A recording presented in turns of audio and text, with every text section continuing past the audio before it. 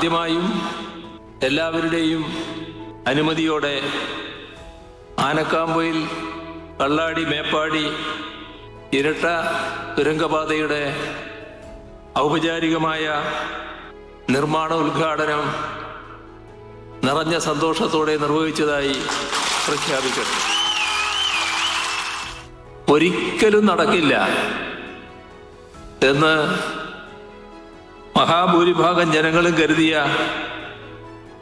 പലതും നമ്മൾ ഇവിടെ നടപ്പാക്കി. ഈ തുരങ്കപാത പൂർത്തിയാകുമ്പോൾ കേരളത്തിലെ ഏറ്റവും നീളം കൂടിയ തുരങ്കപാതയാകും ഇത്.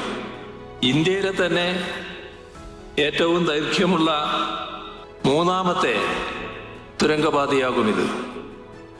ഇത് യാഥാർത്ഥ്യമാകുമ്പോൾ ഇവിടെ പ്രസ്താവിച്ചതുപോലെ